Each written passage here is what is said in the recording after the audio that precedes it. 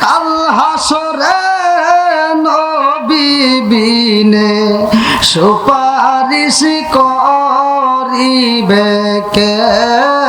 আল্লাহুম্মা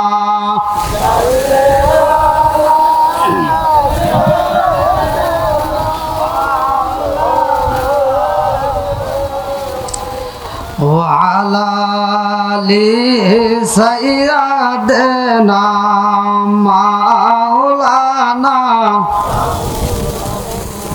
বন্ধুরা রে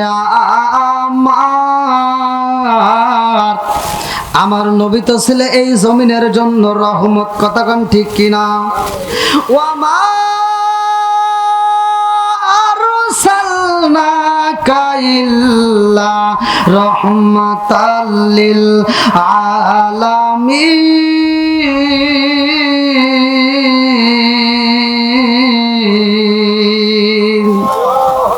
আরে আমার নবী গাছের জন্য রহমত, আমার নবী মাছের জন্য রহমত রে ভাই।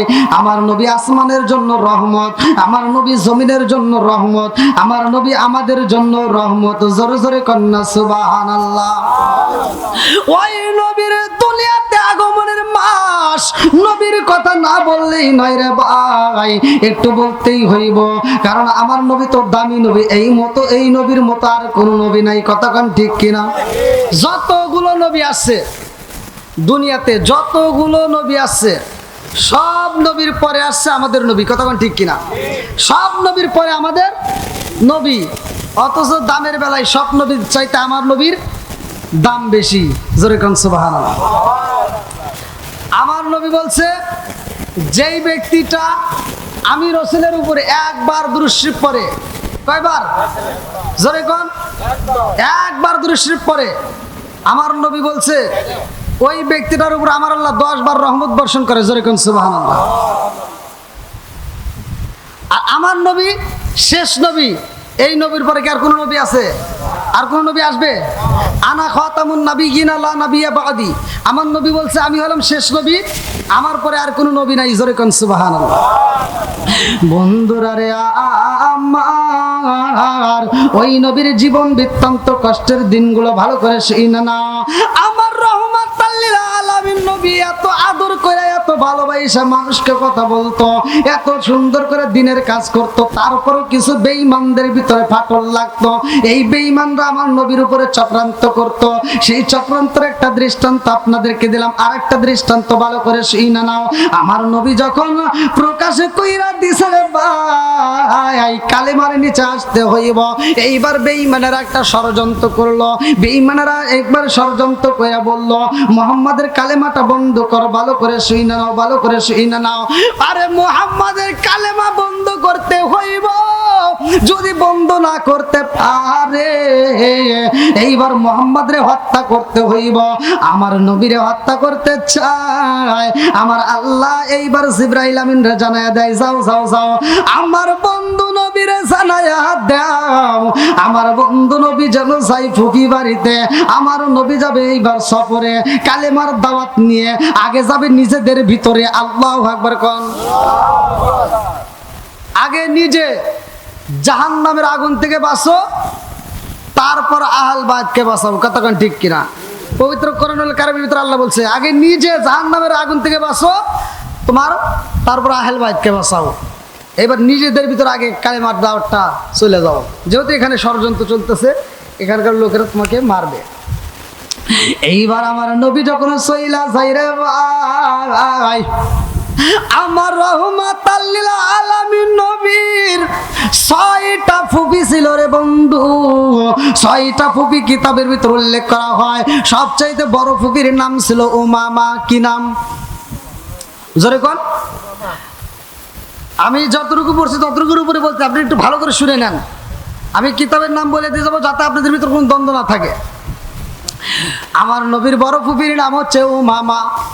এইবার আমার নবী যাই উমামার বাড়িতে। আল্লাহু আকবার কোন। আরে উমামার বাড়ি যাই আমার নবী একটা ডাক মারছে, ফুফি ও ফুফি জান, আরে ফুফি জান কয়ে যখন ডাক মারছে, ফুফি বাড়ির ভিতর দিকে এইবার গেটের দিকে দৌড়ায় আইছে। আমার ভাতিজা মুহাম্মাদের কণ্ঠের আওয়াজ পাওয়া যায়, আরে বড় ফুফি ও মামা আমার নবীর দেখা রে ভাই, খুশি হয়ে ডাক মারছে, আই রে বাবা আয়, ও বাবা আমাদের বাড়িতে কোনোদিন তো তুমি এই টাইমে আসো না, আজকে তুমি আমাদের বাড়িতে আসলা, কারণটা কি? আমার নবী কান্দার কই ফুফি রে, ও ফুফি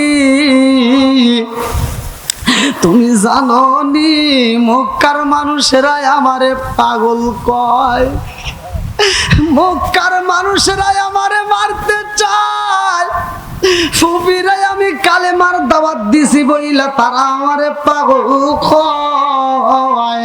আমার নবীর দিকে তাকাইয়া ও মামা কান্দে আর কয়, ও বাবা মুহাম্মদ তোমার এই কালেমার দাওয়াতটা বন্ধ কইরা দাও, তাইলে তো তোমারে পাগল কইব না, তাইলে তো তোমারে কেউ মারবে না, তুমি এই কালেমার দাওয়াতটা বন্ধ কইরা দাও। আমার নবী ফুফায়া ফুফায়া কান্দে, আমার নবী যখন কান্দে ভাই, আমার নবীর পালক পুত্র ছিল তার নাম কিতাবের ভিতর আছে, কোরআনের ভিতর আছে, কোরআনের ভিতর তার নামটা উল্লেখ করা আছে যায়েদ। কি নাম? একসাথে বলেন, যায়েদ। আমার নবীর পালক পুত্র যায়েদ। এইবার যায়েদ যখন আয়েশা হাজির হইছে, আমার নবীর দিকে তাকাইয়া যায়েদ কান্দে আর কয়, আব্বা আপনি চোখের পানি ফালাইবেন না, আপনি কানবেন না, ও বাবা আপনার চোখের পানি দেখলে আমি তো সহ্য করতে পারি না। এ আমার মুরব্বী বাবারা ভালো করে শুইনা নাও। এইবার যায়েদের রুমাল দেয়া আমার নবীর চোখের চক্ষু মুবারকের পানি মুবারকটা মুইসা দেয় যায়েদ। আরে আমার নবী কান্দে আর কয়, বাবা যায়েদ রে, ও বাবা যায়েদ, আমার ফুফি যদি জানতো রে বাবা, আমার ফুফি যদি কালেমার মজা বুঝতো, এই কালেমাটা বন্ধ করতে বলতো না। আমার ফুফি কালেমার মজা পাই নাই, আমার কালেমার দাওয়াত দিতে বন্ধ করতে কয়, এই জন্য আমার খারাপ লাগে, আমার কাছে কষ্ট লাগে, আমার আপন মানুষগুলো কেন বোঝে না। এইবার আমার নবীর দিকে তাকাইয়া যায়েদ কান্দে আর কয়, আব্বা জান আপনার চোখের পানি দেখলে আমি সহ্য করতে পারি না, আপনি আর কানবেন না। এমন সময় আমার নবীর ফুফাতো ভাই, আমার নবীর ফুফাতো ভাই কিতাবের ভিতর যার নাম উল্লেখ করা হয় ওবাইদুল্লাহ, ওবাইদুল্লাহ এইবার আমার নবীর সামনে দাঁড়াইয়া একটা মুচকে হাসি দিয়া বলে, ভাই রে ভাই, অল্প দিনের ছোট বড় ছিল ওবাইদুল্লাহ। ওবাইদুল্লাহ বলতেছে, ভাই আমাদের বাড়িতে তুমি এই টাইমে কারণ কি? এই টাইমে তো তুমি কোনোদিন আমাদের বাড়িতে আসো না। বলে, আমি তো আসি নাই, আমারে পাঠাইছে কে? জোরে কন। এইবার ওবাইদুল্লাহ কয়, ভাই রে ভাই, চালাকি যদি করতে হয় অন্য জায়গায় করো, এই জায়গায় চলবে না। বলে, কারণটা কি? আরে ওবাইদুল্লাহ কয়, ভাই ও ভাই তুমি আমাদের বাড়িতে কেন আইছো কেউ না জানলে আমি কিন্তু জানি। বলে, কি জানো? বলে, তোমার মক্কার মানুষেরা এখন মারতে চায়, তোমারে পাগল কয়। নাউজুবিল্লাহ কোন। আমার নবী পাগল না রে ভাই। আমার নবী কি পাগল ছিল? আমার নবীরে পাগল কয়। ওবাইদুল্লাহ কয়, তোমারে মারতে চাই, এই জন্য তুমি আমাদের বাড়িতে আইছো। আমার নবী কয়, ভাই ওবাইদুল্লাহ রে, ও ভাই যা বুঝছো যা কইছো তোমার কথাও ঠিক, মক্কার মানুষেরাই আমারে পাগল কয়, এই জন্য কালেমার দাওয়াত নিয়ে তোমাদের বাড়িতে আইছি, তুমি পড়বানি। বলে, তোমার কালেমার কোনো পাওয়ার আসেনি? এইবার আপনারা বলেন, কালেমার পাওয়ার আছে না নাই? কোরআনের দাম আছে না নাই? আর একটু জোরে বলেন, আছে না নাই? আরে কোরআনের দাম কাদের কাছে ভালো লাগবে, আলোচনা কাদের কাছে ভালো লাগবে? সূরা আনফাল আয়াত নম্বর 2 ভালো করে শুনে নাও। আমার আল্লাহ বলছে, প্রকৃত মুমিন তারাই, ইন্নামাল মুমিনুনা আল্লাযীনা ইযা যুকিরাল্লাহু ওয়াজিলাত কুলুবুহুম ওয়া ইযা তুলিয়াত আলাইহিম আয়াতুহু যাদাতুহুম ঈমানান ওয়া আলা রাব্বিহিম ইয়াতাওয়াক্কালুন।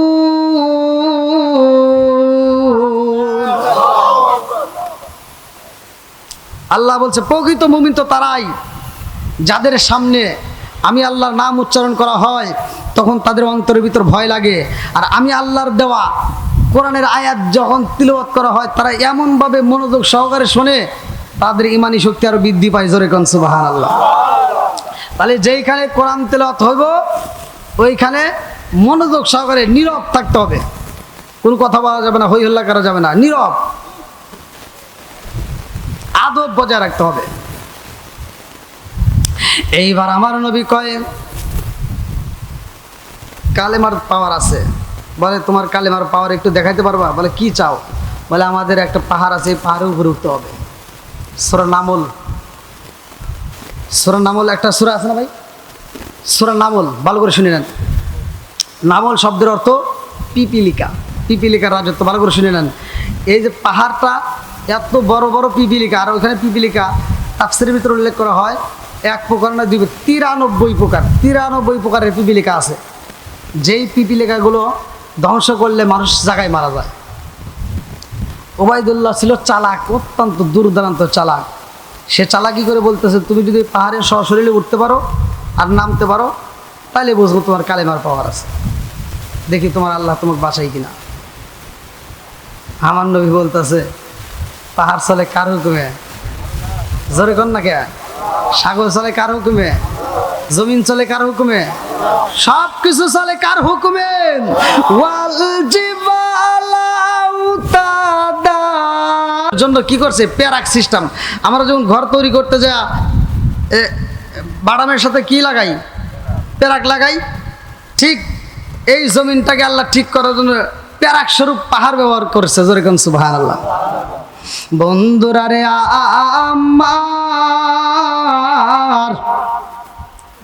আমার নবী বলে আমি উঠবো আমার আল্লাহর হুকুমে, নামতেও পারবো আমার আল্লাহর হুকুমে।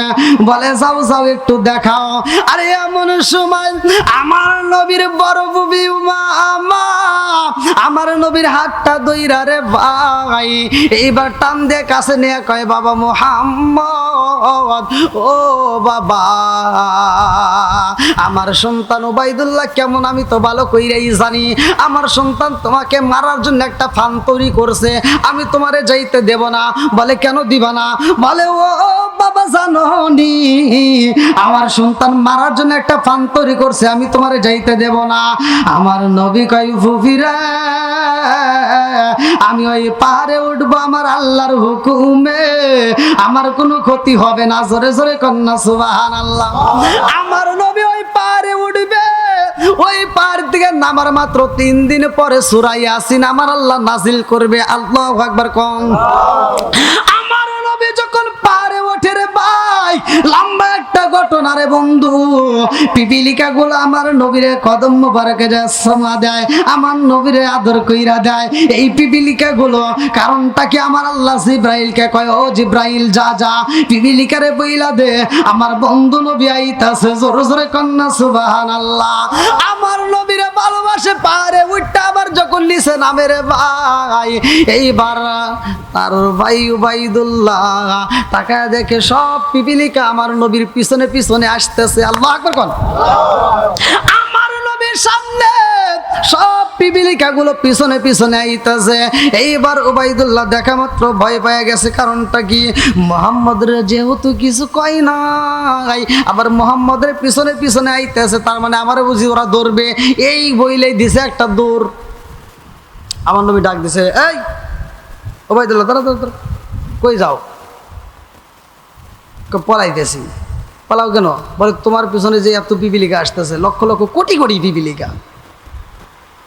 ও এবার আমার নবী পিছন দিকে তাকাইছে, তাকাই বলে তুম নামল, থাম। যখন বলছে জাগায়, সব পিপিলিকা জাগায় ব্রেক করে ফেলেছে। আল্লাহু আকবার কোন। বন্ধুরা রে আমার এই দৃশ্য দেখা রে বন্ধু উবাইদুল্লাহ কান্দার কয় ও ভাই মুহাম্মদ তুমি আমার ভাই হইতে পারো না। আমার নবীকে আবার কি হইল? এবার উবাইদুল্লাহ কয় ভাই আমি বুঝা পালাইছি রে ভাই, তোমার কালেমার পাওয়ার আছে, তুমি যে সত্য নবী এতে কোনো ভুল নাই।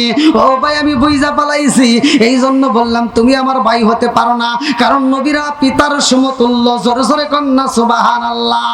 আমার নবী উবাইদুল্লাহর সাথে রিয়ারে ভাই, আমার নবী এইবার আসছে আবার মক্কার জমিনে। আল্লাহু আকবার কোন।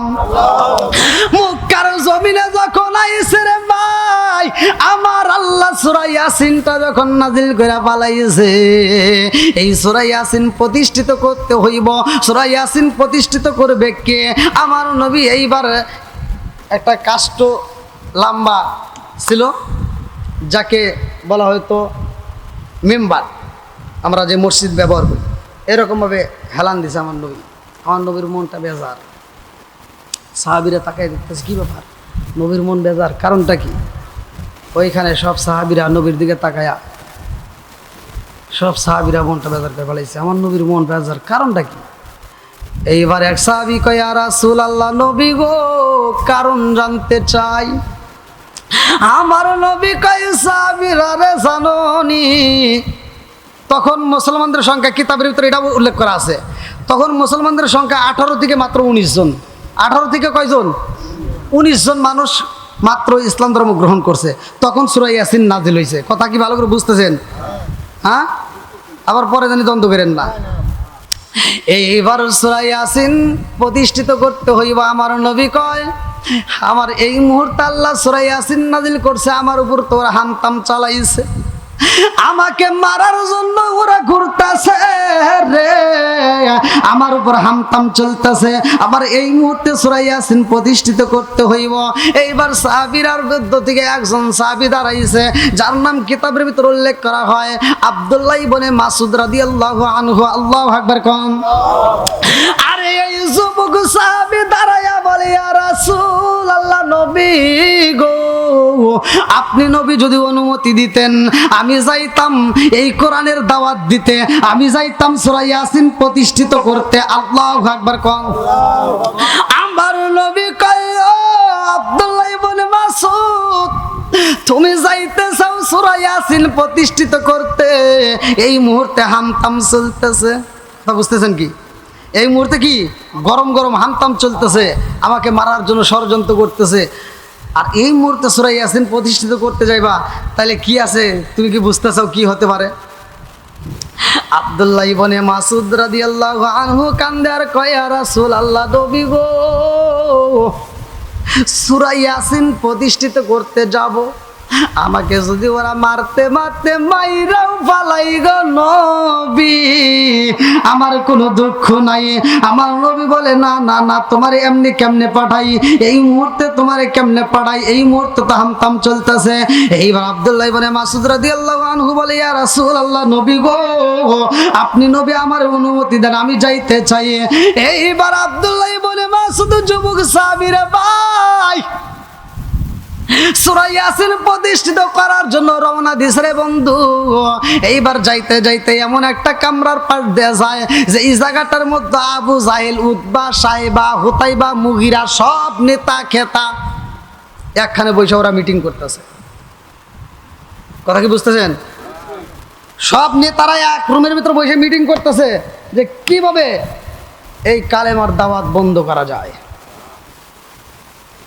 এইবার ওই জায়গা দিয়া কামরার পাশ দিয়ে যাওয়ার সময় আবু জাহেলের কণ্ঠ পায়া আব্দুল্লাহ ইবনে মাসউদ জায়গায় ব্রেক কইরা দরজা দিয়ে এরকম উকি দিয়া দেখতেছে যে এইখানে সব নেতারা আছে, তাহলে আমি এইখানেই ঢুকবো, এইখানেই সূরা ইয়াসিন প্রতিষ্ঠিত করবো। আল্লাহু আকবার কোন।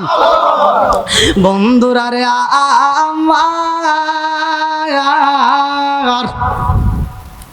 আরে আব্দুল্লাহ ইবনে মাসউদ রাদিয়াল্লাহু আনহু এইবার যখন দরজার সামনে দাঁড়াইছে রে ভাই, দরজার সামনে দাঁড়ায় ঘরের ভিতরে ঢোকার আগ মুহূর্তে দুইটা লোক এই যে এরকম ভাবে কানের ভিতর ঢুকাই দিছে। কারণটা কি ভালো করে শুনে নেন। এটা ঢুকানোর অর্থ হলো, এই যে মুয়াজ্জিন আজান দেয় না মসজিদে, আজান দেওয়ার সময় এরকম দেয় নাকি? দেয় তো। আর এই সাহাবীটা দিছের কারণ ভালো করে শুনে নেন, দিছে যাতে আমি যখন সূরা ইয়াসিন প্রতিষ্ঠিত করতে যাব, পড়ব, তেলাওয়াত করব, আমার যেন কেউ ডিস্টার্ব না করতে পারে, আমার যেন কেউ অর্থাৎ আমি যখন পড়ব আমার কানটা যদি খোলা থাকে, আমাকে যখন ডাক দিবে সাথে সাথে আমি উত্তর দিতে হবে নাকি? তাহলে আমি কান বন্ধ করব, আমার যদি বলে থাম, তাহলে কি আর এই কানে আওয়াজ আসবে? আসবে না। বন্ধুরা রে আমার, এইবার রুমের ভিতর ডুইকা প্রবেশ করে একবার সবার সামনে দাঁড়ায় বলতেছে, আউযু বিল্লাহি মিনাশ শাইতানির রাজিম, বিসমিল্লাহির রহমানির রহিম, ইয়াসিন ওয়াল কুরআনিল হাকিম, ইন্নাকা লামিনাল মুরসালিন আলা সিরাতিম মুস্তাকিম, তানজিলুল আজিজির রহিম, লিতুনজিরা কওমান মা উনজিরা আবাহুম ফাহুম গাফিলুন। একসাথে যখন পড়তেছে সব বেঈমানরা এইভাবে তাকায় রয়েছে,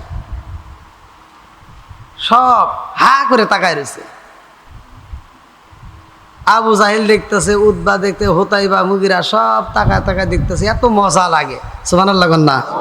কোরআন তেলাওয়াত কাফেরদের কাছে মজা লাগতো।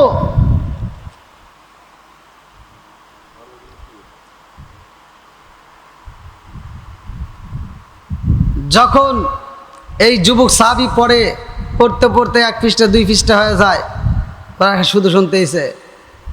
এবারে একজন সামসা থাকে না, এক সামসা বলতেছে, নেতা আবু জালেক বলতেছে, কি করেন? বলে কি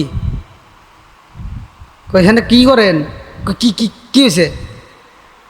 মোহাম্মদের সালাফেলা আইসা সূরা ইয়াসিন প্রতিষ্ঠিত করতেছে, আর আপনি হা করে শুনতেছেন। এই খবর যদি বাইরের লোক জানে, সব মুসলমান হয়ে যাবে। তাহলে কি করতে হবে? তাড়াতাড়ি বন্ধ করেন, তাড়াতাড়ি বন্ধ করেন। বলে কেন? ও যে পড়তেছে ভালোই তো লাগে। সুবহানাল্লাহ না? কি কোরআন তেলাওয়াত ভালো লাগে কি লাগে না? একসাথে বলেন, লাগে কি লাগে না? বন্ধুরা রে আমার, নেতামি ঠিক রাখতে গেলে অনেক কিছু করতে হয়। এইবার নেতার জায়গা তো ঠিক রাখতে হবে। এবার বলতেছে, এই থামো থামো থামো থামো। ও কি শুনতেছে? শোনা যায়? শুনে না। এইবার পড়তেইছে ভাই, এই বেঈমানের হাতের ভিতরে ছিল চামড়ার মোজা।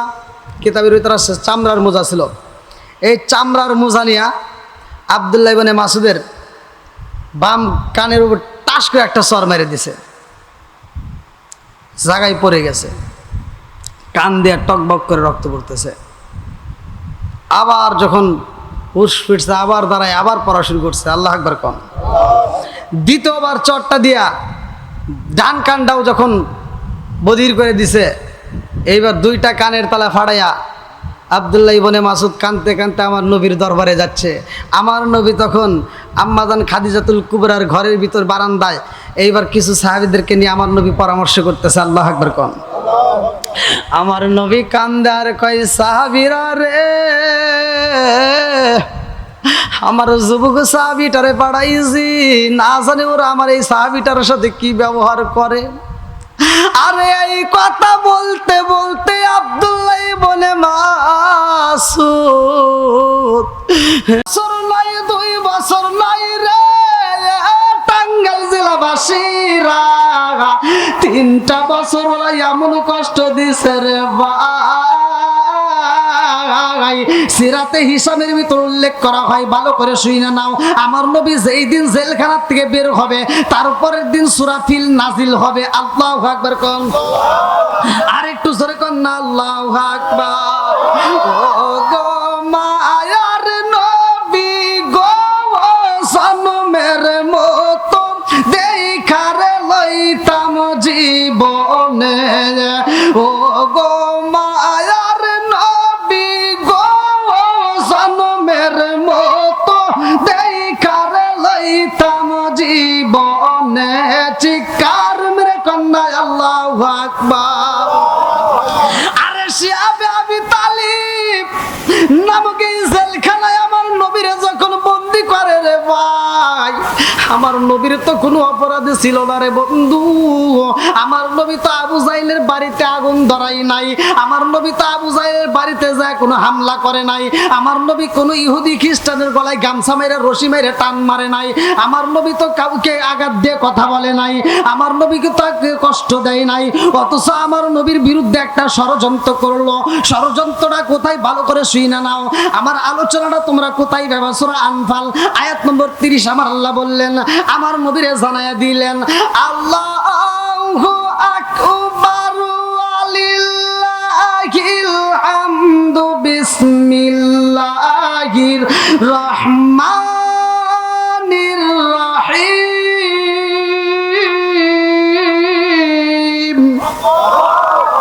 ওয়া ইয়ামকুরু বিকাল্লাযিনা কাফারু লিইসবিতুকা আও ইয়াকতুলুকা ওয়া ইয়ামকুরুনা ওয়া ইয়ামকুরুল্লাহ ওয়া ইয়ামকুরু বিকাল্লাযিনা কাফারু লিইসবিতুকা আও ইয়াকতুলুকা আও ইখরিজুকা ওয়া ইয়ামকুরুনা ওয়া ইয়ামকুরুল্লাহ ওয়াল্লাহু খায়রুল মাকিরিন।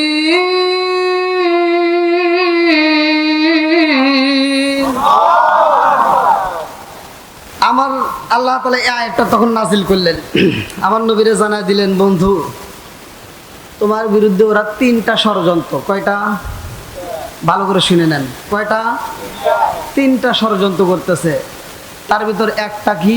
ভালো করে শুনে নেন। 1 নম্বরে ওরা যাবজ্জীবন জেল দিবে, যাবজ্জীবন জেল। 2 নম্বরে যদি জেল যাবজ্জীবন না হয়, 2 নম্বরে ওরা হত্যা করবে। সেটাও যদি তাদের ষড়যন্ত্রতে না পারে, 3 নম্বরে ওরা এই দেশ থেকে তোমাকে অন্য রাষ্ট্রে তাড়ায় দিবে। তাহলে ষড়যন্ত্র কয়টা? একসাথে বলি, দলিল আছে না নাই? তাফসীর পড়লে পাওয়া যাবেন। বৃষ্টি তো থামতেছে না, তাই না? আচ্ছা পড়ুক, যে জায়গায় বৃষ্টি পড়ে আপনারা একটু ওই জায়গাগুলো ফাঁকা করে দেন। হ্যাঁ, আল্লাহ আকবার কোন। বন্ধুরা রে আমার নবীর কোনো অপরাধ নাই রে টাঙ্গাইল জেলাবাসীরা, অথচ আমার নবীর হাতে যখন রশি লাগাইছে রে ভাই, আমার নবীর চক্ষু মুবারক দিয়ে টপ টপ করে চোখের পানি ফলায়। এই চোখের পানি যারা দেখে তারা সহ্য করতে পারে না, সবাই কান্দে। কিন্তু এই বেঈমান আবু জাহেল বোঝে না রে বন্ধু।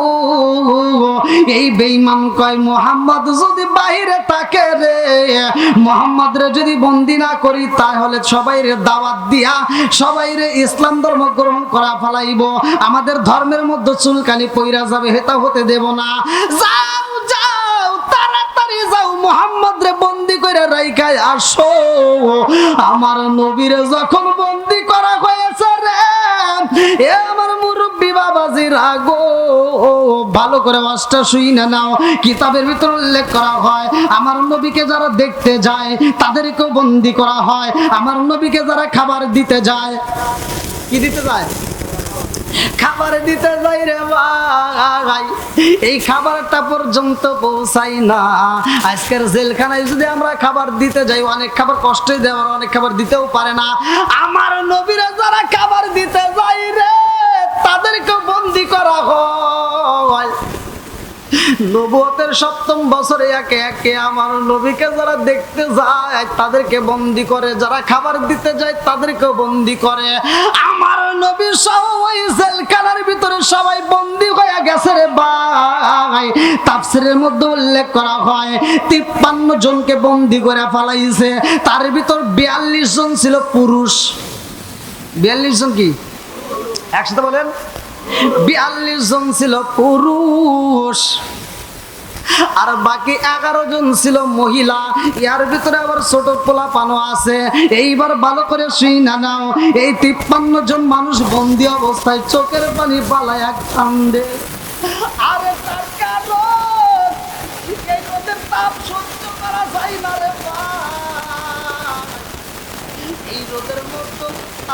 ফোঁটা পানি দেয় না। আমার নবীর সাহাবীরা ওই মজলিসের মধ্যে ছিল আমার নবীর সাথে। ওই জেলখানার ভিতরে আবু বকর ছিল, ওই জেলখানার ভিতরে বাবান আলী ছিল, ওই জেলখানার ভিতরে উসমান ছিল, ওই জেলখানার ভিতরে ওই সময় ওমর ছিল না। ওমর আসবে একটু পরে, ভালো করে শুনে নাও।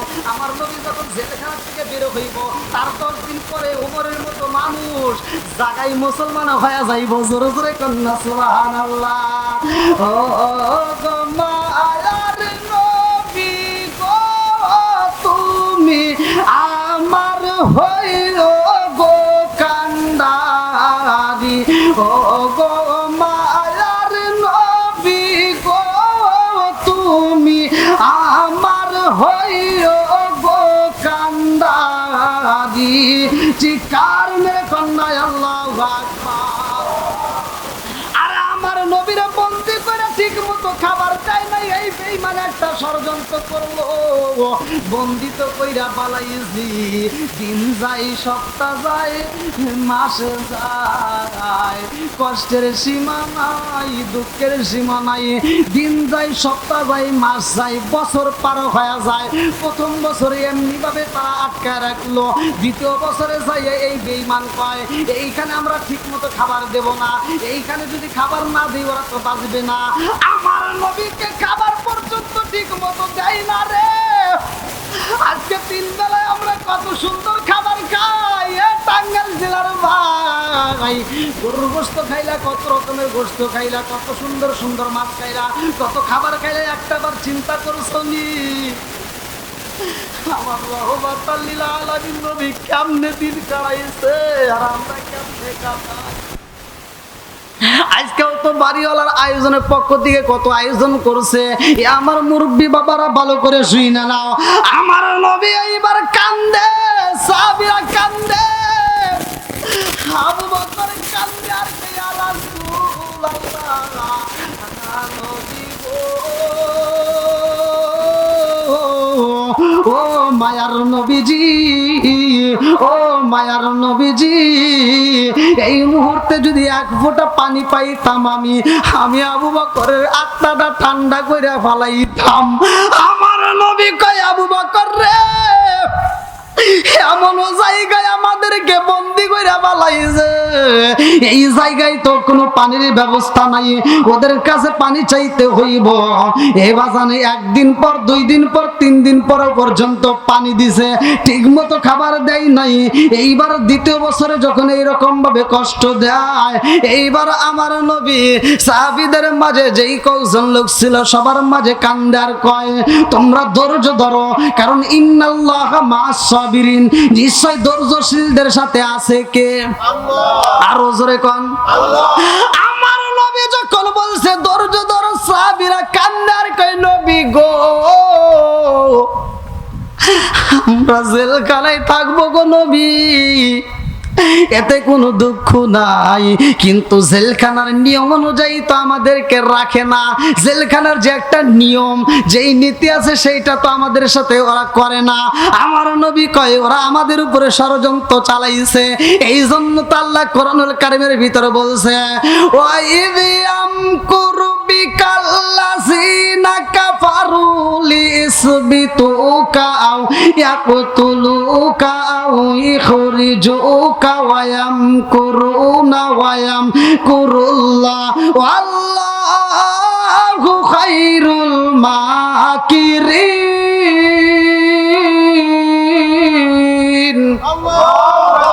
আরে 3টা ষড়যন্ত্রের ভিতরে একটা হলো আমাকে যাবজ্জীবন জেল দিয়ে মারতে চায়, 2 নম্বরে আমাকে হত্যা করতে চায়, 3 নম্বরে আমাকে দেশ থেকে তাড়াইয়া দিব।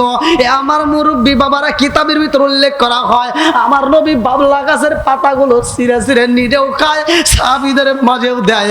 সাহাবীরা বাবলা গাছের পাতা খায়, আমার নবীও খায়। যেই গাছের সাথে বান্ধা রাখছে রে ভাই, ওই গাছের পাতা খাই আর কতক্ষণ থাকা যায়। ওই গাছের পাতাগুলো খাইতে খাইতে কিতাবের ভিতর উল্লেখ করা হয় ছাগল যেমন বকরি যেমন পায়খানা করে যেমন গুটি গুটি, এইবার তাদের পায়খানা পর্যন্ত 1 সপ্তাহ 2 সপ্তাহ 3 সপ্তাহ পরে পর্যন্ত হইতো গুটি গুটি। আরে কত কষ্ট কষ্ট করছে আমার নবী। আমার নবী গাছের পাতা খাইয়া জীবন কাটাই রে ভাই। রোদের তাপ সহ্য করে, বৃষ্টির পানি মাথায় সহ্য করে, কেমনে ভালো করে শুই না নাও। 1 বছর 2 বছর যাই রে ভাই, এই কষ্টের জীবনীটা ভালো করে শুই না নাও, জীবনটা পরিবর্তন হয়ে যাইব।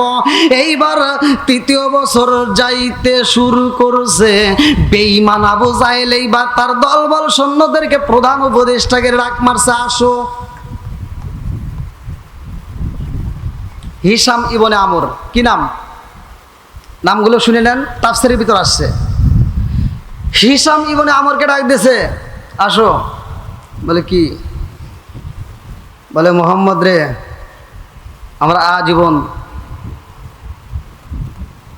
জেল দিয়ে দেই, আর এর দলবল যারা আছে এদেরকে ধীরে ধীরে ছেড়ে দেই। প্রধান উপদেষ্টা তিনি বললেন, না, আপনি যদি তারে রাইখা তাদেরকে ছেড়ে দেন, তার সাহাবীরা তো আবার যায়া সেই একই কাজ করবে, কালেমার পতাকা উড়াবে। কথা কোন ঠিক কিনা? বন্ধুরা রে আমার বলে, তাইলে আমি কি করব? বলে, ওদের সবাইকে মুক্ত কইরা দেন। আরে আবু জাহেল কয়, না না, হতেই পারে না। তোমার আমি প্রধান উপদেষ্টা কেন বানাইছি জানো নি? আমি যদি এই মুহূর্তে ওকে এখান থেকে বের কইরা দেই, তোমার উপদেষ্টা থাকবে না, আমারও ক্ষমতা থাকবে না। তাইলে ওকে যদি আমরা মারতে পারি, আমাদের 2 জনেরই পথ ঠিক থাকবে, আরো যারা আছে সবার পথ ঠিক থাকবে। এইবার আমর, শিহাব ইবনে আমর, এই হিশাম ইবনে আমর বলে, ও জ্ঞানী মান ছিল তো, অনেক জ্ঞানী, যার নাম কিতাবের ভিতরে আছে আবুল হেকাম। হেকাম জ্ঞানীদের পিতা বলা হয়েছে, অথচ তার কাজ কামের কারণে তাকে কি বলা হয়েছে? আবু জাহেল, মূর্খের পিতা। কথাগুলো ভালো করে শুনে নেন। এইবার তিনি যখন বলল, তাকে যদি আমরা জেলখানার থেকে যাবজ্জীবন না দিতে পারি তাইলে হত্যা করি, বলে না, এটাও করা সম্ভব না। বলে, যদি হত্যা করা না যায় রে, তারে কিন্তু এই দুনিয়াতে আমরা রাখতে দেব না, এই দেশে থাকতে দেব না। এই কথা শোনার পরে প্রধান উপদেষ্টার ভিতরে আগুন লাগে গেছে রে ভাই। চোখের পানি পালাইয়া রওনা দিছে এইবার বাড়িতে যাইয়া। এইবার বিবির সামনে দাঁড়াইছে। বিবি চোখের দিকে তাকায়া কয়, স্বামী গো, আপনি অন্যদিন সেইভাবে আমার ঘরে আসেন, আজকে তো সেইভাবে আসেন না। আরে আগে দিলে যাই, 2 দিলে যায়, হিসাবে মনে আমরের চোখে ঘুম নাই রে, শুধু পুপায়া পুপায়া কান্দে রে ভাই। তার স্ত্রী কয়, স্বামী গো, আপনি কেন ঘুমান না? আপনি তো আমার সাথে আগের মতো আলোচনা করেন না, আপনি তো আমাকে আগের মতো ভালোবাসেন না, আপনি আমাকে কেন সময় দেন না? একটু আসেন না, আপনার সাথে একটু মন খুলে কথা বলি। এইবার হিশাম ইবনে আমর 2টা চোখের পানি বালায়া কান্দার কয়, আমার ভালোবাসার টাইম নাই, আমার ভিতরে কেমন জানি অস্থির লাগে। বিবি কয়, স্বামী গো, ও স্বামী, আপনার কি এমন কষ্ট হয়েছে? যদি আমারে বলতেন, আপনাকে মনের মতো চিকিৎসা দিতাম। বলে, আমার যেই রোগে ধরছে রে, এই রোগের চিকিৎসা করার মতো ডাক্তার নাই। আল্লাহু আকবার কম। স্বামী বলে, আমার কান্দার কই, বিবি রে, এমন রোগে ধরছে আমারে, আমি ঘুমাইতে গেলে ঘুমাইতে পারি না। বিবি এইবার মাথায় হাত বোলাইয়া দিয়ে কান্দে আর আদর করে বলে, কি হয়েছে? আপনি আমার সাথে একটু মনের কথা বলেন। রাত তখন ঘড়ির কাটায় 12টা বাজে গেছে রে ভাই। ঘড়ির কাটা 12টা, এখন তো 11টা বাজছে না? 11টা বাজছে। ঘড়ির কাটা 12টা বাজে গেছে। এইবার হিশাম ইবনে আমর কান্দে আর কই, বিবি রে, এই গভীর রাত্রে আমার মনের কথা শুনতে চাস? বলে, হ্যাঁ, আপনার মনের কথাগুলো বললে আমি খুশি হইতাম। এইবার হিশাম ইবনে আমর 2টা চোখের পানি পালায়া কান্দে আর কই, বিবি, আমার মনের কথা বলতে পারবো? আগে তোরকে আমি কয়েকটা প্রশ্ন করব, উত্তর দিবি। বলে, কি এমন প্রশ্ন করবে না? আমার ইবনে এসব প্রশ্ন করে, বিবি রে, আমার জানতে বড় ইচ্ছা মুহাম্মদ নামক এই মানুষটারে চেননি? বলে হ্যাঁ তারে চিনবো না কেন, তারে অবশ্যই চিনি। বলে এই মানুষটা কেমন? এইবার আমর হিসাম ইবনে আমরের স্ত্রী সাথে সাথে উত্তর দিল, স্বামী গো,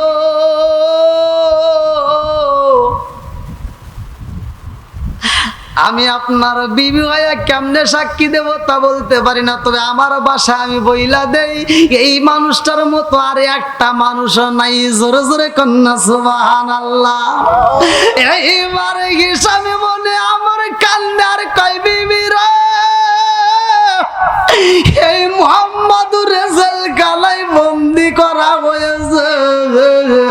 বলে আর কি ঘটনা আপনার ভিতরে রয়ে গেছে? বলে এই মানুষটার সাথে আবু বকর বন্দি। বলে আবু বকর তো একজন ভালো মানুষ। বলে এই মানুষটার সাথে উসমান বন্দি। বলে উসমানও তো একটা ভালো মানুষ। এইবারে এই ভালো মানুষগুলোর বন্দি করেছে রে বিবি, বন্দি কইরাই ক্ষান্ত হয় না। এই বেঈমান এদেরকে মারার জন্য একটা ষড়যন্ত্র করতেছে।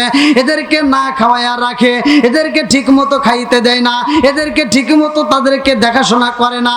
এই জেলখানার ভিতরে কোনো ভ্রমণ নাই, এই জেলখানার ভিতরে তাদেরকে শুধু কষ্ট দেওয়া হয়, এই জেলখানার ভিতরে রাইখে তাদেরকে হত্যা করতে যায়। এই জেলখানার থেকে যদি হত্যা করা না যায় রে বিবি, এই বেঈমান এদেরকে দেশ থেকে তাড়াইয়া দিব। এইবার বিবি লাফ দিয়ে খাড়ে থেকে উঠতে দাঁড়ায় কয়, এই স্বামী গো,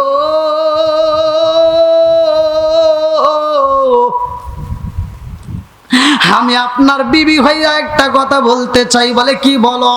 এইবার বিবি কয়, স্বামী গো, মুহাম্মাদের মতো মানুষ, এই এরা যে আলোচনা করতে, এরা সবাই কি কাফের? সবাই কি কাফের? দেখেন কাফেরের ভিতর কি ভালোবাসা তৈরি হয়ে গেছে। আল্লাহু আকবার কোন? ভালোবাসা তৈরি করে দিছে কে? আর একটু জোরে বলেন কে? বিবি কান্দার কয়, স্বামী গো, ও স্বামী, মুহাম্মদ রে যদি মুক্ত না করতে পারো গো, কথা দিলাম আমি তোমার ঘরে থাকতে পারবো না, আমি তোমার ঘর ছেড়ে বাবার বাড়ি চইলা যাব। আল্লাহু আকবার কর। আরে স্বামী মনে আমার কান্দার কয়, বিবি রে, আমিও তা চাই ওই মানুষটারে মুক্ত করতে, আমি ওই মানুষটারে মুক্ত করার জন্য পাগল পারা, ওই মানুষটার জন্য আমার চোখে ঘুম নাই, ওই মানুষটার জন্য আমি পাগল পারা হয়ে গেছি। ও বিবি জানো শুনি, ওই মানুষটা শুধু আমার চোখে চোখে বাসে। আমি যখন খাইতে বসি ওই মানুষটারে স্বপ্নে দেখি, আমি যখন খাইতে বসি আমার চোখের সামনে অটোমেটিক বাইসা ওঠে, আমি যখন রাস্তায় চলি ওই মানুষটার চেহারা আমার চোখের সামনে বাসে। এইবার বিবি কয়, ওই মানুষটারে কেমনে মুক্ত করবেন গো স্বামী? এইবার বলে আমার জানা মতে আর একজন উপদেষ্টা আছে, ওর ডান হাত, আবু জাহেলের ঘনিষ্ঠ লোক, যার নাম কিতাবের ভিতর উল্লেখ করা হয় জুহাইর ইবনে আবু উমাইয়া। ইনি ছিল জুহাইর ইবনে আবি উমাইয়া। ইনি ছিলেন অত্যন্ত সাহসী সন্ত্রাসী। সিরাতে হিসাম তাফসীরের ভিতর পড়বেন, আমার ক্লিয়ার ভাবে পাওয়া যাবেন। কি শুনবেন না? আর একটু চলবে তো না? কষ্ট হইতেছে? আল্লাহু আকবার কোন? এইবার বলে আমি যাইতে চাই, আমি যাইতে চাই জুহাইরের কাছে। আল্লাহু আকবার কোন? আরে জুহাইরের কাছে যাইব, আমার মুরব্বি বাবাজিরা গো, এই মানুষটা আবার কেমন মানুষ জানোনি? এই মানুষটা সবচাইতে ওই এলাকার ভিতর তখনকার সময় সবচাইতে বড় সন্ত্রাসী। সন্ত্রাসী দেখলে মানুষ ভয় পায় না? আছে না নাই? আছে। সন্ত্রাসী দেখলে মানুষ ভয় পায়, সন্ত্রাসী রাস্তা দিয়ে হাইটে গেলে মানুষ ভয় পায়, সম্মানের ক্ষেত্রে অনেকে ভয়ের কারণেও সম্মান করে। কতক্ষণ ঠিক কিনা? এ আমার মুরব্বী বাবারা, আমার কথাগুলো যদিও তিতা লাগে কিন্তু এই কথাগুলোই সত্য, ভালো করে শুনতে হইব। আসিদিকিন জিওয়াল কিসবি হিলকু, সত্য মুক্তি দেয়, মিথ্যা ধ্বংস করে। আজকে কিছু কথা বইলা যাই, কষ্ট নিও না, মনের কথা আমি প্রকাশ করে যাই। আমার রহমত রহমাতাল লিল আলামিন নবীরে কাফেররাও ভালোবাসে রে ভাই। এইবার জুহাইরের জন্য পাগল পারা হইয়া রওনা দিছে হিশাম ইবনে আমর। রাত্রি 12টার পরে যখন রওনা দিছে রে ভাই, এই মানুষগুলো তো রাত্রি 12টার পরে ঘুমাতো, বাদ দিয়ে জায়গা থাকবে না। সবগুলো মানুষই তো ঘুমানোর কথা, কোনো বাড়িতে কোনো আওয়াজ নাই, কোনো পশু পাখির আওয়াজ নাই, সবাই নীরব। আল্লাহু আকবার কর। আচ্ছা, আপনারা কি দেখছেন যে রাত 12টার পরে একটার সময় এই পশু পাখি চেঁচামেচি করতেছে? সবাই নীরব। মানুষকে আল্লাহ তাআলা আরাম দিছে যে আরামে ঘুমাবে, তাকে কেউ ডিস্টার্ব করবে না। সুবহানাল্লাহ। রাত্রিটা আল্লাহ সৃষ্টি করছে, দেখেন কি সুন্দর করে। আমরা আসলে বুঝি না তো। আল্লাযী খালাকা সাবআ সামাওয়াতি তিবাকা মা তারা ফি খালকির রহমানি মিন তাফাউতি ফারজিউল বাসরা হাল তারা মিন ফুতুর সুম্মা রজিউল বাসরা কাররাতাইনি আনকালিবু ইলাইকাল বাসরু খাসিয়া ওয়া হুয়া হাসির। আল্লাহু আকবার কোন। আসমান জমিন বানাইছে কে? টাকা দেখো কত সুন্দর, কোনো কিছু না করলা। এই যে মাঠের ভিতর বসে আছো, শুধু আসমানের দিকে তাকায়া এই সৃষ্টি নিয়ে শুধু একবার বলবা আহ আল্লাহ কত সুন্দর। এই সুন্দর বলাটার কারণে তোমার আমল নামায় 70 বছরের নফল ইবাদত করলে যে সব জায়গায় সে সব দিয়ে দিবে। বন্ধুরা রে আমার এইবার জুহাইরের বাড়ি রওনা দিছে রে ভাই। জুহাইর ইবনে আবু উমাইয়ার বাড়িতে যাইব।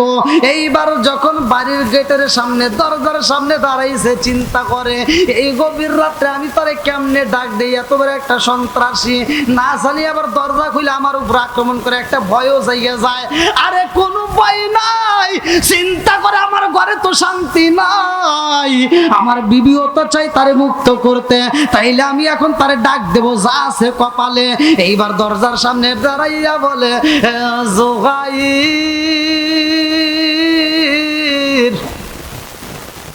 আরে একটা মাত্র ডাক দেওয়া মাত্র জায়গায় দরজাটা খুইলা দিছে রে ভাই। দরজা যখন খোলা হয়, হিসাবি মনে আমার কান্দে আর কয় ও জুগাইর, এই গভীর রাত্রে তুমি কি ঘুমাও নাই? এই গভীর রাত্রে তুমি কি ঘুমাও নাই? তুমি কি ঘুমাও নাই? কারণটা কি? তোমার চোখে কেন ঘুম নাই? আরে জুহাইর কান্দে আর কই ভাই আমার চোখে ঘুম নাই, কিন্তু আমার জানতে বড় ইচ্ছা হয় এই রাত্রে তো কোনোদিন তুমি আমার বাড়িতে আসো নাই, আর এই রাত্রে তো আমারে কেউ কোনোদিন ডিস্টার্ব করে নাই। আমি যখন রাত্রিতে ঘুমাইতে আসি, কোনো লোক ক্ষমতাশীল ব্যক্তি হলেও আমার সামনে আইসা সাহস পায় না, অথচ তুমি আমার দরজার সামনে টোকা দিলা, কারণটা কি? বলে বাইরে ভাই ও ভাই তোমার চোখে ঘুম নাই, ওই জ্বালায় আমি পইরা গেছি, আমার চোখেও ঘুম নাই। আল্লাহু আকবার কোন। আরে কারে কাছে বলিব দুঃখ, আমি কার কাছে বলিব দুঃখ, দরদি মিলে না, আমি কই না মনের কথা, কই না আমি, কই না মনের কথা, কই না চিকাবা। জুহাইর কয় আমি আপনার মনের কথা জানতে চাই, কি এমন কষ্ট আপনার ভিতরে চোখে ঘুম নাই? বলে আমার তো একই প্রশ্ন, তোমার চোখে কেন ঘুম নাই? বলে আমার চোখে ঘুম নাই ভাই জানো নি, আমার ঘরের ভিতরে শান্তি নাই। বলে কারণটা কি? বলে কারণ জানো নি, আমার ঘরের ভিতর আমার জনম দুঃখনি মা, আজ 2টা বছর হয় আমার মা অসুস্থ হয়ে বেডে পইরা গেছে। আমার মারে খাওয়াইতে হয়, আমার মায়ের গোসল করাইতে হয়, আমার মায়ের সেবা করতে হয়, আমার মায়ের এত খেদমত করার পরেও আমার চোখে শান্তি নাই। বলে কারণটা কি? বলে আমার জনম দুঃখনি মা কেমনে জানি জানতে পাইছে মুহাম্মদ নাই, মুহাম্মদ তো জেলখানার ভিতরে বন্দি, মুহাম্মদ জেলখানার মধ্যে বন্দি। এই খবর পাইয়াই আমার মা আমাকে আইসা বলে ও বাবা জুহাইর,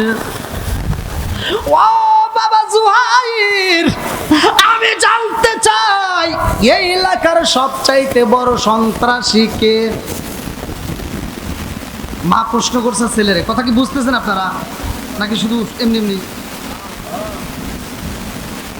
জোহাইর প্রশ্ন করছে, জোহাইরের মা প্রশ্ন করছে, বাবা আমি মা জানতে চাই এই এলাকার ভিতর সবচাইতে বড় সন্ত্রাসী কে? এইবার জোহাইর একটা মুস্কি হাসি দিয়ে বলতেছে, মা এই এলাকার ভিতর সবচাইতে বড় সন্ত্রাসী তো সবাই এক নামে চেনে, আমারে। তুমি? বলে হ্যাঁ। বলে বাবা তুমি যেহেতু বড় সন্ত্রাসী, আমি মা একটা মনের আশা পূরণ করো। বলে কি আশা? বলে আমি তোমারে বললাম তুমি একটু সন্ত্রাসী করে দেখাও, একটু সন্ত্রাসী করে দেখাও, আমি যেন সন্ত্রাসীর মা হিসেবে পরিচয় দিতে পারি। পারবা? বলে কিসের? এইবার জোহাইর বলে, মা গো আমার জীবনে আমি কত মানুষের কাল্লা কাটছি হিসাব করি নাই। ও মা, যারে মন চাইছে তারের কাল্লা কাইটাই আনছি রে মা। আজকে যদি তুমি বলো আমি মানব না, এটা তো হতে পারে না। বলো কি চাও? জনম দুঃখনি মা বলে, জোহাইর রে বাবা হাত দে, ও বাবা। এইবার হাতটা যখন দিয়া দেয়, জনম দুঃখনি মা হাতের উপর চুমা দিয়া কয়, বাবা জোহাইর, ও বাবা এই হাতে আমি তেল মালিশ করে দিতাম রে বাবা, যেই পা দিয়ে তুমি হাইটা যাও রে বাবা, ওই পায়ে আমি তেল মালিশ করে দিলাম। তোমার দেহটা এত সুন্দর করে যত্ন করে বড় করেছি, আজকে এই হাতে আমি মা তোমার এই অস্ত্র তুইলা দিতে চাই রে বাবা, একটু সন্ত্রাসীগিরি কইরা দেখাও। আমি জনম দুঃখিনী মায়ের সন্ত্রাসী মা হিসেবে পরিচয় দিতে চাই। বলে কি সন্ত্রাসী করতে হইব? বলে বাবা জোহাইর রে আমি জানতে পারলাম রে বাবা মোহাম্মদী কিনা জেলখানার ভিতরে বন্দি আছে। এইবার জোহাইর বলে, মা গো ও মা তুমি যা শুনছো মা এটা সত্য। নবুয়তের 7ম বছর থেকে 10ম বছর পর্যন্ত আমার নবী জেলখানায়। এইবার মা জননী কান্দে আর কই, বাবা রে মোহাম্মদ জেলখানার ভিতরে বন্দি, আর তুমি বাইরে সন্ত্রাসী কইরা দেখাও। এই দেখান আমি চাই না রে বাবা, পারবি নি রে বাবা। আমি জনম দুঃখিনী মায়ের একটা মনের আশা পূরণ করতে। বলে মা তুমি কি আশা পূরণ করতে চাও? বলে ও বাবা জোহাইর, জেলের তালা ভাঙ্গা যদি মোহাম্মদ রে আমার সামনে আইনা দিতে পারো গো ও বাবা, আমি জনম দুঃখিনী মা কথা দিলাম 1 ফোঁটা দুধের দাবিও রাখবো না। জোরে জোরে কন্যা সুবহানাল্লাহ। আর কারে ডাকিব মাগো মা বলিয়া, মাই যে আমায় সেরা গেল জনমেলা গিয়া, আর কারে ডাকিব, আর কারে ডাকিব মাগো মা বলিয়া, মাই যে আমায় সেরা গেল জনমেলা গিয়া, আর কারে ডাকিব। হায় হায় রে কি ব্যথা পাই আমাগো আমায় সেরে গেল, কি ব্যথা পাই আমাগো আমায় সেরে গেল। মুখ খুলে না একবার মায়ে আমার নি কইল, মনের কথা মনে মায়ে রাখলো সাপাই, আর কারে ডাকিব, আর কারে ডাকিব মাগো মা বলিয়া, মাই যে আমায় ছেড়ে গেল জনমের লাগিয়া, আর কারে ডাকিব। চিৎকার মেরে কন্যায় আল্লাহু আকবার। মা জননী কান্দার কয়, বাবা জোহাইর পারবিনি রে বাবা পারবিনি, জেলের তালা ভাঙ্গা মোহাম্মদ রে মুক্ত করতে পারবিনি। এইবার জোয়াইর কান্দে আর কয় মা এটা কেমনে সম্ভব, এটা তো রাষ্ট্রীয় কারাগার, এইটা তো কেন্দ্রীয় কারাগার, এই কারাগার থেকে আমি কেমনে আনবো? বলে জেলের তালা তোমার ভাঙতে হবে। তুমি বলছো বড় সন্ত্রাসী, তুমি কে সন্ত্রাসী হইছো? ছেলে বলতেছে মা ঠিক আছে, কিন্তু আমার জানতে বড় ইচ্ছে হয়, মোহাম্মদ রে জেল থেকে মুক্ত করতে হইব, মোহাম্মদ রে তুমি এত ভালোবাসো এর কারণ আগে। জোহাইরও কাফের, ওর মাও কি কাফের, ওর মাও কি, কথা কি বুঝতেছেন? আগে যে নিতাইছে উপদেশটা ও কি কাফের। হ্যাঁ ভালো করে বুঝতেছেন তো আপনারা? এইবার জোহাইরের মা জোহাইরের দিকে তাকায় কয় কি জানতে চাও?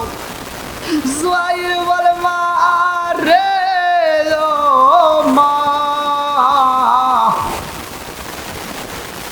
এই জেলের তারা ভাঙ্গা তারা আনতে বললা, এত ভালোবাসা কারণটা কি? বলে আমার ভালোবাসা সম্পর্কে জানতে চাও? বলে হ্যাঁ। এইবার মা জননী কান্দে আর কয় বাবা জোহাইর রে, সিরাতে হিসাবের ভিতর উল্লেখ করা হয় মা জননী কান্দে আর কয় ও বাবা জোহাইর, আমি জনম দুকুনি মার ভিতরে সেই পরিমাণ ভালোবাসায় আছে রে, এই পুরা ভালোবাসাটাকে যদি 4টা ভাগে ভাগ করা হয় কয় ভাগ? একসাথে বলেন।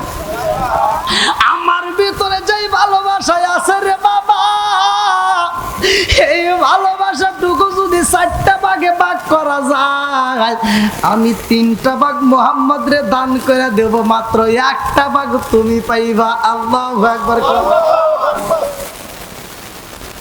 জোহাইরের ভিতরে আগুন জ্বলা উঠছে, কারণটা কি?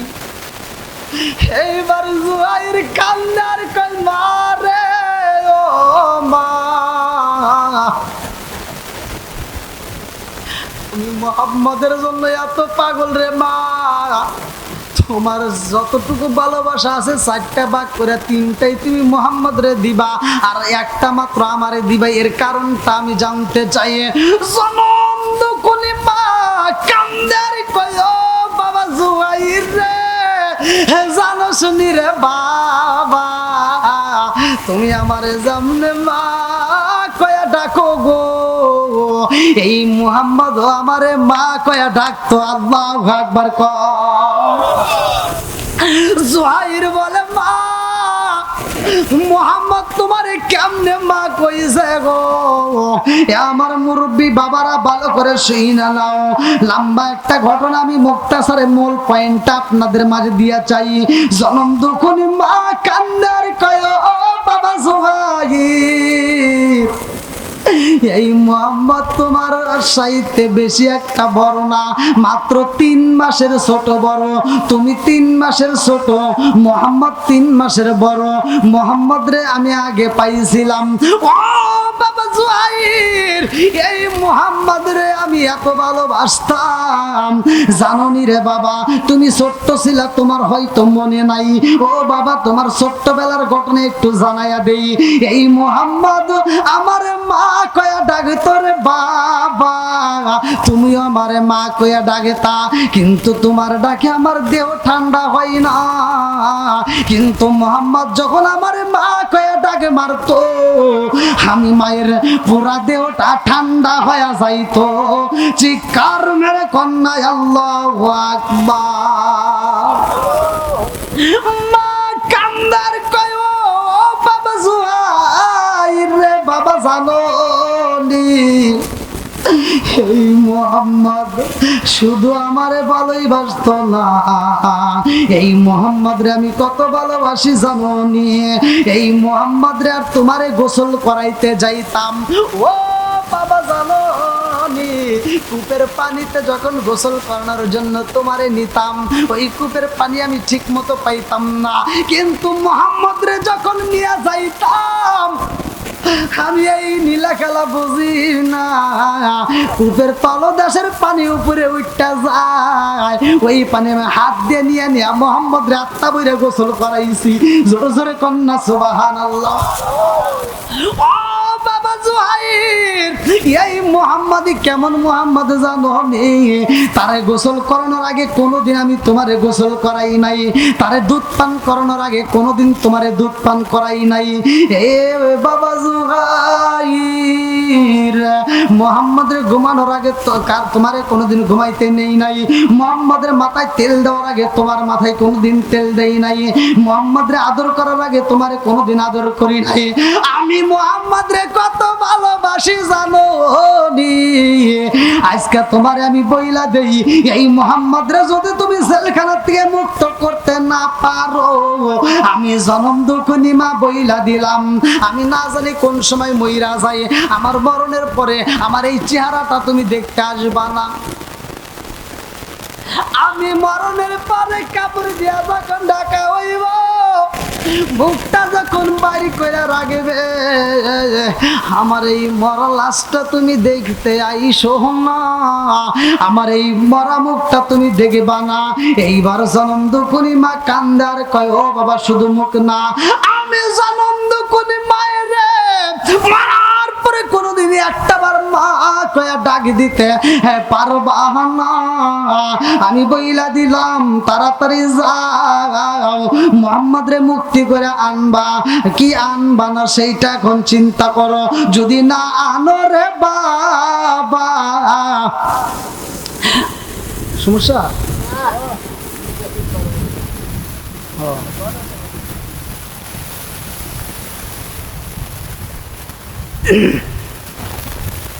বৃষ্টির পানি আমার গায়ে পড়ছে তো শুরু হয়ে গেছে।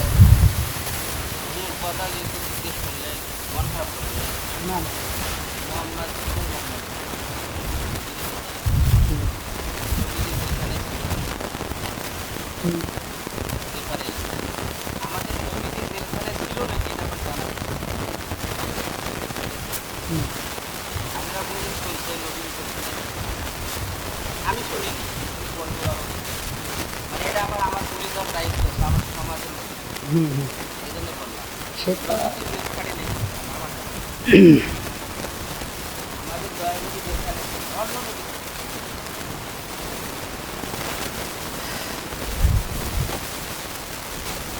এখন বিষয় হলো এক একজনের মতামত এক এক রকম। না, আপনি রেফারেন্স দিবেন না, রেফারেন্স আমি দিচ্ছি, আমি রেফারেন্স ছাড়া কি কথা বলছি? না বলে রেফারেন্স আমি দিছি না। এক নম্বরে দিছি সূরা আনফাল, আয়াত নম্বর কত? 30, আয়াত নম্বর 30। দেখেন তো ওখানে খুলে। দেখবো মানে ওটা বিষয় না, না না দেখেন খুলে, ওখানে আছে কি? দেখেন মানে এখনই ওই তাফসীরটা পড়ে বলতে আপনি দিতে পারেন। সিরাত ইবনে হিশাম, আমি তো কিতাবের নাম উল্লেখ করে দিয়ে বলছি না। আর এই যে অনলাইনে ওয়াজ করতেছি, এটা তো শুধুমাত্র এই টাঙ্গাইল জেলা না, এটা সারা বিশ্বে যাবে, সারা বিশ্বের আলেমরা দেখে। না না আপনি যেটা বললেন আমার কথা কি বুঝতে পারতেছেন? ভাই, এটা শুধুমাত্র আমার জানা নাই মনে করেন, আমার জানা সেটা আপনি আপনি একইভাবে আমাকে প্রশ্ন করে পারতেন। আপনি জানেন না, আপনাকে শোনেন পরে এত প্রশ্ন করতেন। আপনি এখন বলতেছেন যে এটা নাই। না, আমি বলছি যে কোরআন শরীফে ও নবীদের হ্যাঁ। হাদিসে হ্যাঁ, আপনি আমাকে দেখান আমাদের দয়াল নবী, সেখানে অন্য কারো কথা যদি বলতেন আপনি, মানে ইমানের জজবা সবার কাছেই আছে, নবী যে জেলখানায় ছিল এটা আমার জানা নেই। সেটা তো আমি বলতেছি যে আপনার জানা নাই, আপনার জানা না থাকতে পারে। একজন মানুষ কি সব কিছু জানে রাখে? না, আপনি যে আয়াত বলছেন সেই আয়াতে তো নবীদের জেলখানার শব্দই নেই। জেলখানা শব্দটা অনেক কিভাবে আছে? বলেন, বন্দি করে রাখছে। বন্দিটা কি? আয়াত করেন, বন্দিটা কি? আয়াত করেন আপনি, আমি অনুবাদ করেন। وَإِذْ يَمْكُرُ بِكَ الَّذِينَ كَفَرُوا لِيُثْبِتُوكَ أَوْ يَقْتُلُوكَ أَوْ يُخْرِجُوكَ وَيَمْكُرُونَ وَيَمْكُرُ اللَّهُ। তিনটা এখানে ষড়যন্ত্র। একটা কি? জেল, অর্থাৎ বন্দি। কি কোনটা জেল? ভাই শোনেন, আপনি ওয়াজ করেন, সমস্যা নাই। বলেন। আমার একটা দায়িত্ব ছিল, আমার দয়ার নবী বিশ্ব নবী কোনো সময় জেলখানায় ছিল না। এখন বিষয় হলো আলোচনার ভিতরে যদি আপনারা কথা বলেন তাহলে সমস্যা। আপনি কথা খুব সুযোগ করছিলেন, এই জন্য আমি বলছি না, কিন্তু আপনার কাছে ডাকতে না না, আলোচনার ভিতরে যদি আপনারা মানে আগে পরে বলতেন। মহামানবের বিষয়ে একটা আপনি এরকম একটা কথা বলছেন। হ্যাঁ, এবার স্মরণ করেন, এই দিকে তাকান। এটা কি আমার লেখা?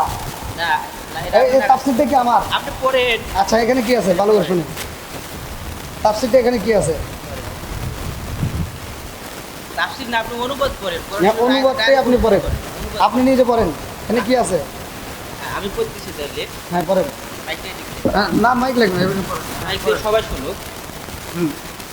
ওয়াইস ইয়ামকুরু বিকাল্লাযীনা কাফারু লিয়ুসবিতুকা আও ইয়াকতুলুকা আও ইউখরিজুকা ওয়া ইয়ামকুরুনা ওয়া ইয়ামকুরুল্লাহ আল্লাহু খায়রুল মাকিরিন। সেই সময়ের কথা স্মরণ করার মতো যখন সত্য অস্বীকারীরা তোমার বিরুদ্ধে নানান রকমের চক্রান্ত আটছিল, তারা চাচ্ছিল তোমাকে বন্দি করতে চাচ্ছিল, আচ্ছা, হত্যা করতে বা দেশ ছাড়া করতে, যেটা করছে নবীজি দেশ ছাড়া হয়েছে। 25 তারা, এটা কি 25 দিচ্ছে না, এটা আয়াত নাম্বার 25, এটা আয়াত নাম্বার।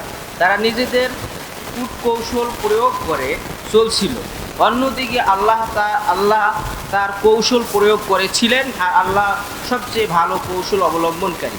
এই আয়াতের দ্বারাই বোঝা যায় নাই যে নবীজিকে আটকানো হয়েছিল, তারা চেষ্টা করছিল নবীজি, এটা আপনি মহামানবের কথা বলছেন, আমিও ধরে রাখতে পারি নাই, এবং আমি যে আপনার ডাইরেক্ট লক করছি তাও না, একটু সময় পেয়েছি জিজ্ঞেস করছি। এই আয়াত দ্বারা বোঝা যায় না যে নবীজি জেলখানায় ছিল। আপনি আয়াতটা বুঝতে পারলেন না, শুধু এই আয়াতের অর্থ দিয়ে কি আপনি বুঝলেন? আয়াতটার তাফসীর করতে হবে না? তাফসীরের ভিতরে আপনি দেখেন এর কি হত্যা ষড়যন্ত্র কেন করলো, না, আপনি যেটা বলছেন, 3টা পদক্ষেপ। একটা লোক কি বন্দি করছে, বন্দি এনে করতে চেয়েছিল, এটা তো আগে নাজিল করলো, যখন বন্দি করলো, আমি বলছিলাম যে আল্লাহ রসুলকে বন্দি করবে, এমন সময় আল্লাহ একটা আয়াত নাজিল করছে, বলছি না? তাহলে বন্দিটা করার আগে আল্লাহ রসুলকে আল্লাহ জানাই দিছে, বন্দিটা করার আগে তাকে জানাই দিছে যে বন্দি করতে চেয়েছিল। কথা বুঝতেছেন কি?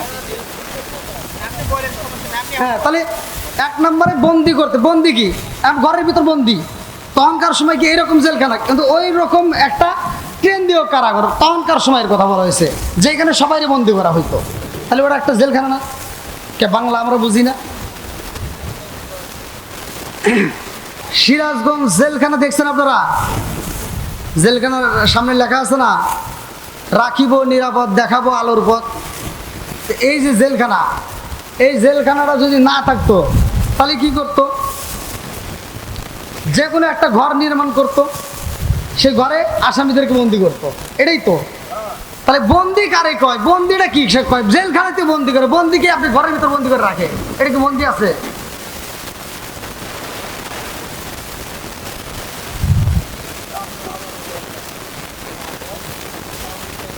অতিরিক্ত কেন কব? আমি যতটুকু পড়ছি ততটুকুর ভিতরেই বলতেছি, আমি বাহিরে যাচ্ছি না তো। আমি কি বাইরে যাচ্ছি? আমি তো বাইরে যাচ্ছি না। আমার কথা হলো যে ওয়াজগুলাকে বুঝতে, আমি তো বলতেছি ওয়াজগুলাকে শোনেন, আপনি একটা অর্থ শুনেই তো বুঝতে পারবেন না।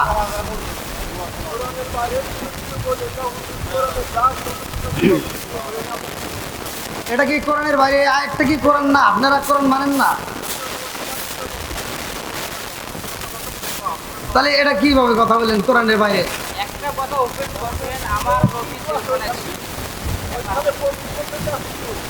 বন্দি করে নাই।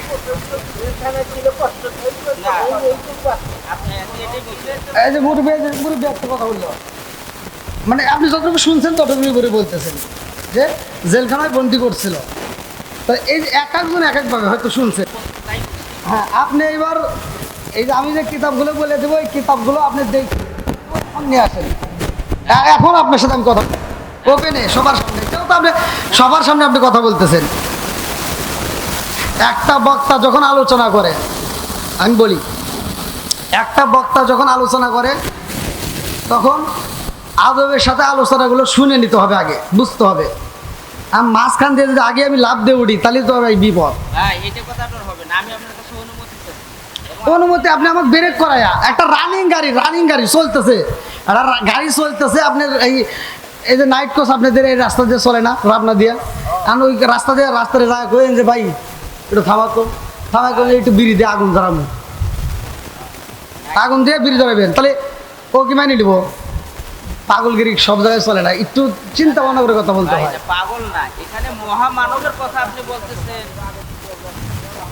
নবীজির কথা বলতেছেন, এখানে গাড়ি ফাড়ির উদাহরণ দিলে হবে না ভাই, বুঝছেন? না, না, না। আর এই কথাটা আপনি করেন যে আপনি নবীজি কো- আপনি আলোচনাটা শুনে পরবর্তীতে আপনি আমার সাথে বুঝতে পারতেন যে ভাই, যে আমি এটা জানি নাই, আপনি এভাবে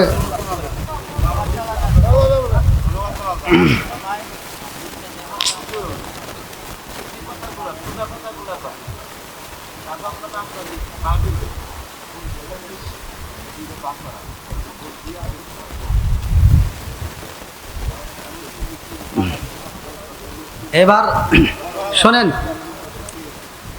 কেউ আর এলোমেলো যায় না,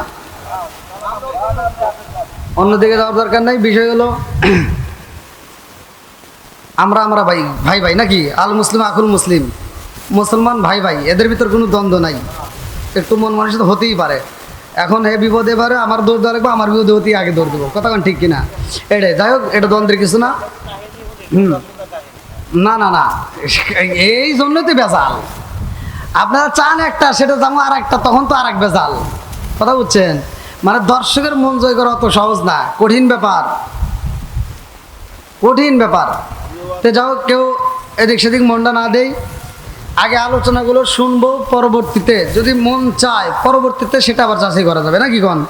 একটা বক্তা সরাসরি আলোচনা ডিস্টার্ব না করি, সকলে একটু ধৈর্যের সাথে একটু একসাথে বলি, আল্লাহুম্মা সাল্লি আলা